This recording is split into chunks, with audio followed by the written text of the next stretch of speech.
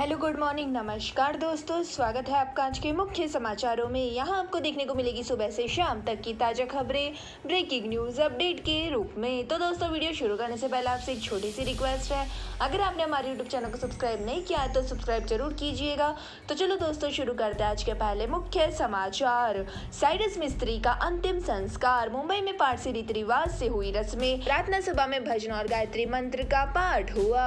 तो दोस्तों टाटा ग्रुप के पूर्व चेयरमैन साइरस मिस्त्री का मुंबई के वर्ली शमशान घाट पर पारसी रीति रिवाज के मुताबिक अंतिम संस्कार किया गया है। तो दोस्तों आपको बता दें कि अंतिम यात्रा मुंबई के वाल्केश्वर में उनके सी फेसिंग मैंशन में वर्ली शमशान पहुंची। वही दोस्तों इससे पहले साइरस मिस्त्री के लिए आयोजित प्रार्थना सभा में गायत्री मंत्र और गोविंद गोपाल के भजन भी गाए गए। तो दोस्तों आपको बता दें कि साइरस के अंतिम संस्कार में शामिल होने आकाश अंबानी, HDFC के चेयरमैन दीपक पारेख, NCP नेता सुप्रिया सुले और कई पारिवारिक मित्र पहुंचे। वही दोस्तों हालांकि उनके परिवार ने अंतिम संस्कार की सूचना के साथ ही लोगों से शोक सभा के लिए न आने की अपील की थी। तो दोस्तों आपको बता दें कि टाटा ग्रुप के पूर्व चेयरमैन साइरस मिस्त्री का रविवार को दोपहर मुंबई अहमदाबाद हाईवे पर सड़क दुर्घटना में निधन हो गया था और वे गुजरात के उदयवाड़ा में बने पारसी मंदिर से लौट रहे थे।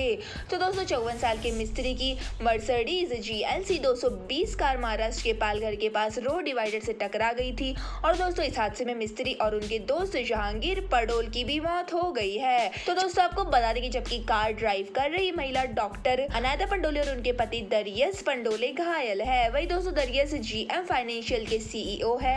इसी के साथ दोस्तों आपको जानकारी के लिए बता दें कि दिसंबर 2012 को रतन टाटा ने टाटा सन्स के चेयरमैन पद से रिटायरमेंट ले लिया था और उसके बाद साइरस मिस्त्री को टाटा सन का चेयरमैन बना दिया गया था।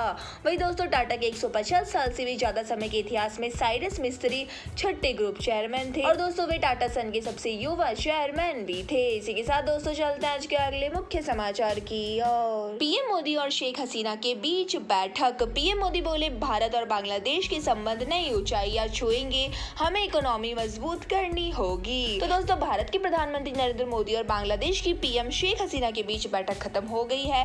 तो दोस्तों PM मोदी और शेख हसीना ने मीटिंग के बाद एक साझा बयान भी जारी किया है। तो दोस्तों PM ने कहा है कि पिछले साल हमने बांग्लादेश की आजादी के 50 वर्ष पूरे होने का जश्न मनाया था और हमने पहला मित्र दिवस भी सेलिब्रेट किया था। वही दोस्तों भारत और बांग्लादेश आने वाले दिनों में नई ऊंचाइयों को छुएगा और बांग्लादेश और भारत के बीच व्यापार लगातार बढ़ रहा है। तो दोस्तों IT, स्पेस, न्यूक्लियर जैसे सेक्टर में भी दोनों देशों के बीच बातचीत जारी है। वही दोस्तों पीपुल टू पीपुल कॉर्पोरेशन में लगातार इम्प्रूवमेंट हो रहा है। इसके साथ दोस्तों आपको बता दें कि भारत दौरे पर आई बांग्लादेश की प्रधानमंत्री शेख हसीना को PM मोदी ने उन्हें मंगलवार को राष्ट्रपति भवन में रिसीव किया और शेख हसीना 8 सितंबर तक भारत दौरे पर रहेगी। वही दोस्तों इस दौरान दोनों देशों के बीच 7 समझौते हो सकते हैं।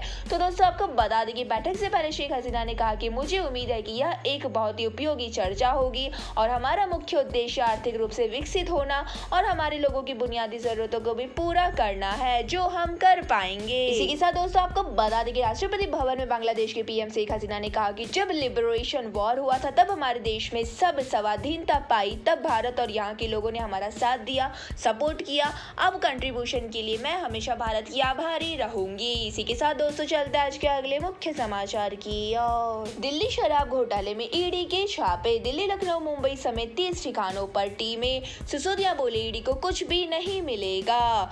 तो दोस्तों ED ने मंगलवार को दिल्ली शराब घोटाले केस में 30 से ज्यादा जगहों पर छापा मारा है।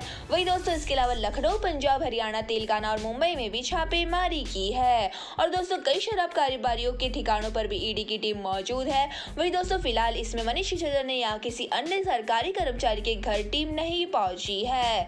वही दोस्तों आपको बता दें कि इस बीच दिल्ली के डिप्टी CM मनीष सिसोदिया का बयान सामने आया है और दोस्तों उन्होंने कहा है कि पहले इन्होंने CBI के छापे मारे, कुछ नहीं मिला, अभी ED के छापे मारेंगे, इसमें भी कुछ नहीं निकलेगा। देश में जो शिक्षा का माहौल बना हुआ है, अरविंद केजरीवाल जी को जो काम कर रहे हैं उसे रोकने का काम हो रहा है, लेकिन यह लोग उसे रोक नहीं पाएंगे और यहाँ CBI यूज कर ले या ED यूज कर ले उसे रोक नहीं पाएंगे। मेरे पास ज्यादा सूचना नहीं है, मैंने ईमानदारी से काम किया है। तो दोस्तों आपको बता दें कि दिल्ली के उपराज्यपाल ने नई शराब नीति के बाद निकले टेंडर को लेकर CBI जांच के निर्देश दिए थे और दोस्तों LG ऑफिस की ओर से कहा गया था कि सिसोदिया की भूमिका जानबूझकर की गई खामियों के चलते जांच के दायरे में है, जिसने 2021 और 22 के लिए शराब लाइसेंस धारकों के लिए टेंडर में 144 करोड़ का अवैध रूप से लाभ पहुंचाने का काम किया है। इसी के साथ दोस्तों चलते हैं आज के अगले मुख्य समाचार की ओर। केरल, कर्नाटक, आंध्र आंध्र में भारी बारिश का अलर्ट। बेंगलुरु में आईटी वर्कर्स ट्रैक्टरों से जा रहे ऑफिस, पानी में गिरी लड़की की करंट से मौत। तो दोस्तों, मौसम विभाग ने मंगलवार को केरल, कर्नाटक और आंध्र प्रदेश में 8 से 9 सितंबर तक भारी बारिश की चेतावनी जारी की है। वहीं दोस्तों, कर्नाटक की राजधानी बेंगलुरु में लोगों की जिंदगी थम गई है। तो दोस्तों, कई इलाकों में पानी भर गया है और सड़कों पर नाव चलाने की नौबत आ गई है। वहीं दोस्तों, सिलिकॉन वैली कहे जाने वाले बेंगलुरु में पहली बार ऐसी स्थिति बनी है जब आईटी वर्कर्स ट्रैक्टर पर दफ्तर जा रहे हैं। तो दोस्तों, आपको बता दें कि बेंगलुरु में भारी बारिश के चलते सोमवार को 23 साल की लड़की की मौत हो गई है। पानी भरी सड़क पर स्कूटी स्लिप होने के बाद उसने सपोर्ट के लिए पास लगे बिजली के खंभे को पकड़ने की कोशिश की, लेकिन खंभे से करंट लगने की वजह से उसकी जान चली गई। और दोस्तों, हादसा फाइट फील्ड इलाके में शाम को हुआ जब लड़की अपने काम से घर लौट रही थी। केरल की राजधानी तिरुवनंतपुरम के पास स्थित एक वाटरफॉल में भी भारी बारिश के चलते अचानक बाढ़ आ गई है और मनकायम वाटरफॉल में 10 लोगों का एक ग्रुप घूमने के लिए गया था और यह लोग एक पत्थर पर थे। अचानक आई बाढ़ में 2 लोग बह गए और दोस्तों, इनमें 8 साल का बच्चा भी शामिल था। तो दोस्तों, मौसम विभाग ने तिरुवनंतपुरम, कोलम, पत्थनमथिट्टा और इडुक्की जिले में रेड अलर्ट जारी किया है। और दोस्तों, इसके अलावा अल्लापुझा, कोयटम और एर्नाकुलम में ऑरेंज अलर्ट जारी किया गया है। इसी के साथ दोस्तों, चलते हैं आज के अगले मुख्य समाचार की और सोने चांदी में तेजी जारी। सोना 51,000 और चांदी भी 54,000 के करीब पहुंची। आगे और बढ़ सकते हैं दाम। तो दोस्तों, आपको बता दें कि सोने चांदी में तेजी देखने को मिल रही है। IBGA की वेबसाइट के अनुसार 6 सितंबर को सराफा बाजार में सोना 95 रुपए महंगा होकर 50,865 पर पहुंच गया है। वहीं दोस्तों, वायदा बाजार की बात करें तो MCX पर दोपहर 1 बजे सोना 127 रुपए की बढ़त के साथ 50,560 रुपए पर ट्रेड कर रहा था। वहीं दोस्तों, एक्सपर्ट के अनुसार आने वाले दिनों में भी इसमें तेजी देखी जा सकती है। वहीं दोस्तों, आपको बता दें कि अंतरराष्ट्रीय बाजारों में सोना 1715.33 अमेरिकी डॉलर प्रति औंस पर और दोस्तों, चांदी 18.37 प्रति डॉलर औंस पर कारोबार कर रही है। वहीं दोस्तों, 24 कैरेट वाले गोल्ड को प्योरिटी गोल्ड कहा जाता है और इसमें किसी प्रकार की किसी दूसरी धातु की मिलावट नहीं होती है। तो दोस्तों, इसे 99.9% शुद्धता वाला गोल्ड कहा जाता है। और दोस्तों, 22 कैरेट के गोल्ड में 91.67% प्योर गोल्ड होता है और इसमें अन्य 8.33% दूसरी धातु होती है। वही दोस्तों, आपको बता दें कि 18 कैरेट में 75% गोल्ड होता है और 14 कैरेट में गोल्ड 58.5% होता है। इसी के साथ दोस्तों, चलते हैं आज के अगले मुख्य समाचार की ओर। हैदराबाद का पहला solar roof cycling track. 23 kilometre लंबी ट्रैक की छत 16 मेगावाट बिजली बनाएगी। 2023 तक इस्तेमाल कर सकेंगे। तो दोस्तों, हैदराबाद को जल्दी साइकिल चलाने के लिए एक ऐसा ट्रैक मिलने वाला है जिसके ऊपर सोलर पैनल की छत होगी। तो दोस्तों, इसे सोलर रूफ साइकिलिंग ट्रैक कहा जा रहा है। तो दोस्तों, यह रास्ता 23 किलोमीटर लंबा होगा और इसे दक्षिण कोरिया में डेजोन और सेंजोंग बाइक हाईवेज की तर्ज पर बनाया जा रहा है। तो दोस्तों, आपको बता दें कि Telangana municipal ministry KT Rama Rao मंगलवार को आउटिंग रिंग रोड की सर्विस रोड पर इस प्रोजेक्ट का शिलान्यास करेंगे। इसी के साथ दोस्तों, आपको जानकारी के लिए बता दें कि हैदराबाद में कई लोग हैं जो ऑफिस जाने के लिए भी साइकिल का इस्तेमाल करते हैं और उनके लिए यह ट्रैक राह आसान बनाएगा। इसी के साथ दोस्तों, आपको बता दें कि यह नानक रामगुड़ा और TSPA सर्कल के बीच 8.5 किलोमीटर की दूरी और नरसिंगी और कोल्लूर के बीच 14.5 किलोमीटर की दूरी कवर करेगा। और दोस्तों, इस प्रोजेक्ट को शहर के IT कॉरिडोर के पास ही बनाया जा रहा है ताकि IT प्रोफेशनल को आने जाने में आसानी हो। इसी के साथ दोस्तों, आपको बता दें कि टीम के अनुसार हैदराबाद में बन रहा सोलर रूफ साइकिलिंग ट्रैक दक्षिण कोरिया के मॉडल का ही बेहतर वर्जन है। और दोस्तों, यह ज्यादा सुंदर होगा क्योंकि यहाँ बारिश से सुरक्षा, पार्किंग और फूड स्टॉल जैसी कई सुविधाएं दी जाएगी। और दोस्तों, इसके दोनों तरफ पेड़ पौधे के लिए 1 मीटर की जगह छोड़ी जाएगी और यहाँ 24 घंटे सुरक्षा का इंतजाम रहेगा और CCTV कैमरा भी चालू रहेंगे। इसी के साथ दोस्तों, चलते हैं आज के अगले मुख्य समाचार की और। मिजोरम में म्यांमार के 30,000 शरणार्थी। म्यांमार के शरणार्थियों को पहचान पत्र, 160 शिविर में चौकसी तेज, डेटा बनाया जनसंख्या संतुलन पर संकट। तो दोस्तों, म्यांमार में सैन्य तानाशाह सरकार के अत्याचारों से पीड़ित शरणार्थियों को भारत आने का सिलसिला जारी है। तो दोस्तों, पूर्वोत्तर के राज्य मिजोरम में लगभग 30,500 शरणार्थी पनाह लिए हुए हैं। तो दोस्तों, मिजोरम सरकार ने राज्य में पहुंचे इन शरणार्थियों की प्रोफाइलिंग का डेटा भी तैयार कर लिया है। और दोस्तों, मिजोरम सरकार ने म्यांमार के सभी शरणार्थियों को विशेष पहचान पत्र जारी किए हैं। और दोस्तों, आपको बता दें कि राज्य सरकार के अधिकारी का कहना है कि इन पहचान पत्रों का उपयोग सरकारी योजनाओं को लाभ उठाने में नहीं किया जा सकता।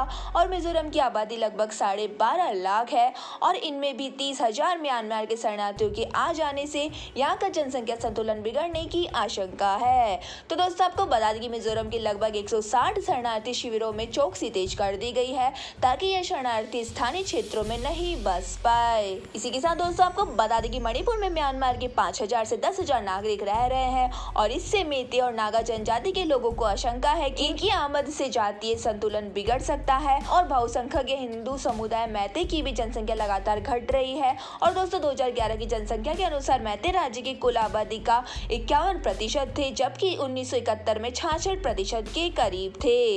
इसी के साथ दोस्तों चलते हैं आज के अगले मुख्य समाचार की ओर। पीएम मोदी बर्थडे पर 17 सितंबर को एमपी आएंगे। कूनो नेशनल पार्क में चीतों की शिफ्टिंग कार्यक्रम में होंगे शामिल। देश में 70 साल बाद चीते फिर दिखेंगे।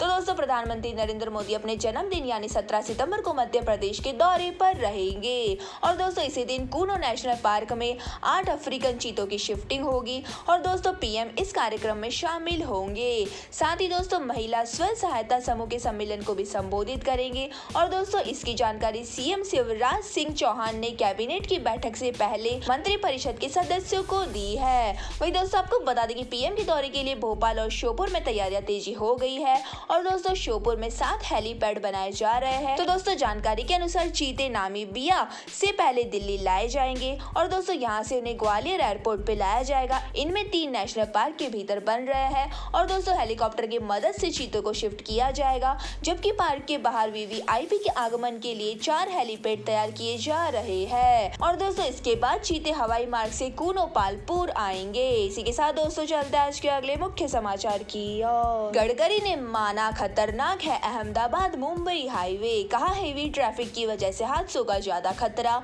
यही गई थी साइरस मिस्त्री की जान। तो दोस्तों जिस अहमदाबाद मुंबई हाईवे पर टाटा ग्रुप के पूर्व चेयरमैन साइरस मिस्त्री की कार का एक्सीडेंट हुआ था, उसे केंद्रीय सड़क परिवहन और नितिन गडकरी भी खतरनाक मानते हैं। तो दोस्तों आपको बता दें कि गडकरी ने सोमवार को कहा कि अहमदाबाद मुंबई एक्सप्रेस वे पर ट्रैफिक वॉल्यूम 1 लाख से 25,000 पैसेंजर कार यूनिट है, इसलिए यहाँ ड्राइविंग के दौरान टक्कर की संभावना बहुत ज्यादा है। इसी के साथ दोस्तों आपको जानकारी के लिए बता दें कि IAA वर्ल्ड समिट में गडकरी ने कहा है कि 20,000 या उससे ज्यादा PCU का ट्रैफिक कंट्रोल करने के लिए 6 लेन वाली सड़कों की जरूरत है। और दोस्तों गडकरी ने साइरस मिस्त्री की सड़क हादसे में हुई मौत पर दुख जताया है और उन्होंने ड्राइविंग के दौरान कार में सीट बेल्ट न लगाने को गलत बताया है। इसी के साथ दोस्तों आपको जानकारी के लिए बता दें कि इंटरव्यू के दौरान केंद्रीय मंत्री ने कहा कि 2024 तक सरकार सड़क हादसों को 50% तक कम कर देना चाहिए। इसके लिए इंटरनेशनल सिक्योरिटी स्टैंडर्ड को फॉलो किया जाएगा। और गडकरी ने भारत में 6 एयरबैग की जगह 4 एयरबैग के होने पर कार कंपनियों पर सवाल उठाया है और उन्होंने कहा कि कार कंपनियां जब गाड़ियां दूसरे देशों में एक्सपोर्ट करती है तो 6 एयरबैग लगाती है, लेकिन भारत में 4 लगाकर बेचती है। क्या भारतीय लोगों की जान की कीमत नहीं? तो दोस्तों जब उनसे यह सवाल किया गया कि 6 एयरबैग लगाने से कार की कीमत 50 से 60 हजार रुपए से ज्यादा हो सकती है, तो दोस्तों इस पर गडकरी ने कहा कि यह गलत है। अगर बड़ी संख्या में प्रोटेक्शन होगा तो एयरबैग की कीमत सिर्फ 900 रुपए के करीब पड़ेगी। वहीं दोस्तों गडकरी ने कहा है कि भारत में भी 6 एयरबैग वाली गाड़ियां मार्केट में उतारने का काम चल रहा है। तो दोस्तों यह थे हमारे आज के मुख्य समाचार। हमारी वीडियो को ज्यादा से ज्यादा लाइक करें, शेयर करें और हमें कमेंट करके जरूर बताइए कि आपको हमारी वीडियो कैसी लगती है। धन्यवाद। जय हिंद।